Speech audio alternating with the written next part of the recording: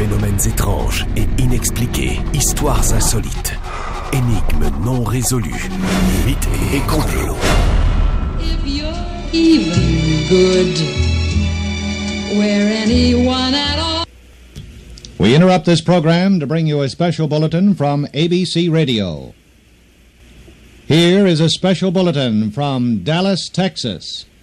3 shots were fired at President Kennedy's motorcade today in downtown Dallas, Texas. This is ABC Radio. We're going to stand by for more details on the incident in Dallas. Now we return you to your regular program. Ils sont repartis en musique après? Oui, absolument. Invraisemblable. J'ai la chair de poule, Ouais, Christian écoute, Page. tu dis, c'est le premier bulletin, c'est le bulletin de ABC, c'est le premier bulletin qui a annoncé ces coups de feu tirés sur la limousine du président. Écoute, c'est sûrement l'un des événements là, dans l'histoire moderne, l'un des événements les plus marquants. Tout à fait.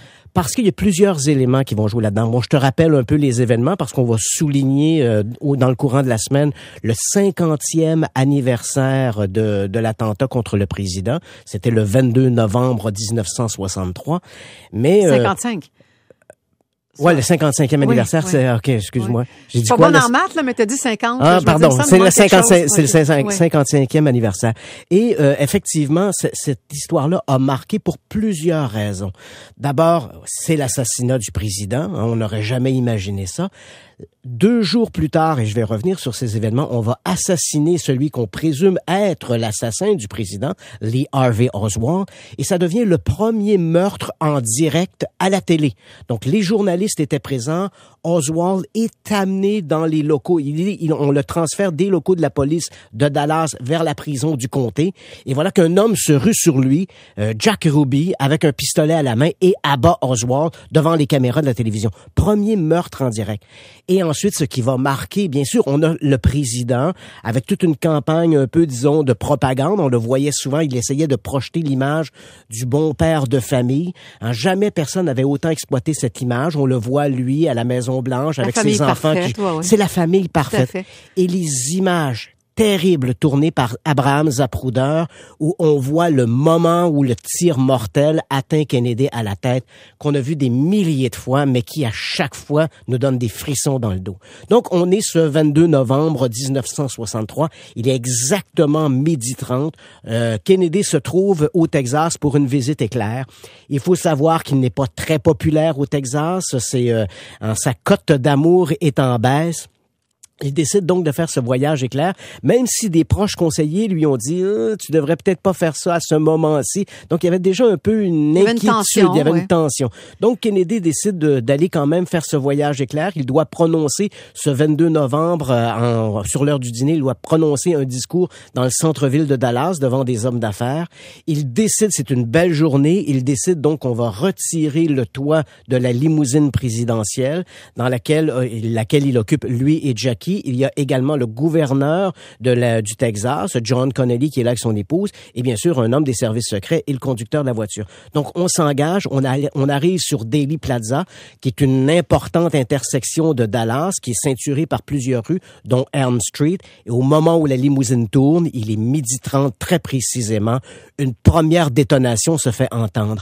Les gens dans la limousine, et en particulier le gouverneur Connally, va dire « J'ai eu l'impression que c'est une pétarade, un peu comme une moto, un motard de la police. » Il se tourne à ce moment-là, il a l'impression que le coup, le bruit vient derrière lui, derrière son épaule droite, et ensuite la deuxième détonation. Hein, c'est bang, bang, bang. Donc un coup, une petite période secondes, et 2 coups rapprochés. Le deuxième coup atteint Kennedy à la gorge.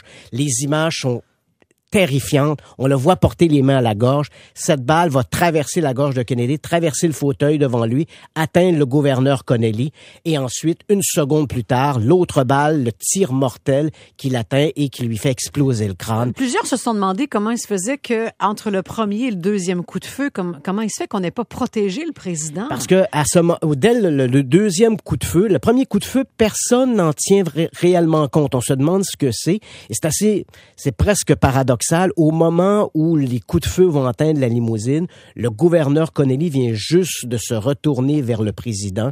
Il y a des gens, des curieux qui sont de chaque côté de la rue, qui regardent le défilé. Kennedy les salue. Et le gouverneur Connelly lui dit, vous voyez, Monsieur le Président, comment les Texans vous aiment. Et la seconde suivante, c'est les coups de feu qui éclatent. La balle atteint Kennedy, mais le premier coup de feu passe un peu inaperçu. Le deuxième coup de feu, quand on regarde, parce que toute la séquence est saisie par Abraham Zapruder, le deuxième coup de feu qui atteint Kennedy à la gorge, on voit le chauffeur qui se tourne vers l'arrière. Et à ce moment-là, évidemment, on s'inquiète. Qu'est-ce qui se passe? Mais le temps de réagir, la deuxième balle atteint Kennedy. Là, la limousine va accélérer, aller à l'hôpital Parkland, mais évidemment, on ne peut rien pour le président. Il suffit de voir les images pour comprendre qu'il n'y avait rien à faire. On va attendre une demi-heure avant de révéler que le président est mort. Et là, non seulement les États-Unis, mais le monde est en état de choc. Au même moment, alors que tout ça se passe, des policiers ont envahi le dépôt de livres qui est situé au coin de Houston Street et de Elm Street, là où des gens disent avoir entendu les coups de feu. Certains vont parler aussi de la butte gazonnée qui est à la droite de la limousine. On a l'impression peut-être que des coups de feu venaient de là. Mais majoritairement, les gens pointent cet édifice au coin de la rue et ils pointent une fenêtre au 6e étage. Au 5e étage, ce n'inclut que le premier, c'est le rez-de-chaussée, là. Donc, il y a souvent une distorsion autour de ça. Donc, c'est le 6e étage, si on considère le rez-de-chaussée comme l'étage numéro 1. Et des gens ont vu un homme derrière cette fenêtre. Donc, les policiers envahissent l'édifice. En entrant, c'est assez étonnant parce qu'ils tombent sur un homme qui se trouve près d'une machine distributrice. On dit, hey, vous, qu'est-ce que vous faites là? Et le directeur de l'équipe dit, c'est un employé ici, c'est un type qui s'appelle Lee Harvey Oswald. On dit, OK, parfait.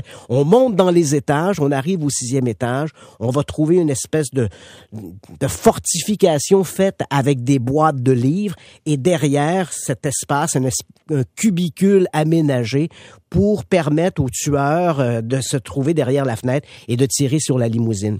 Pour te faire une histoire courte, on va arrêter éventuellement Oswald, parce que son signalement est lancé rapidement. À peu près, on arrête Oswald. Il va abattre un agent de police. Il sera arrêté.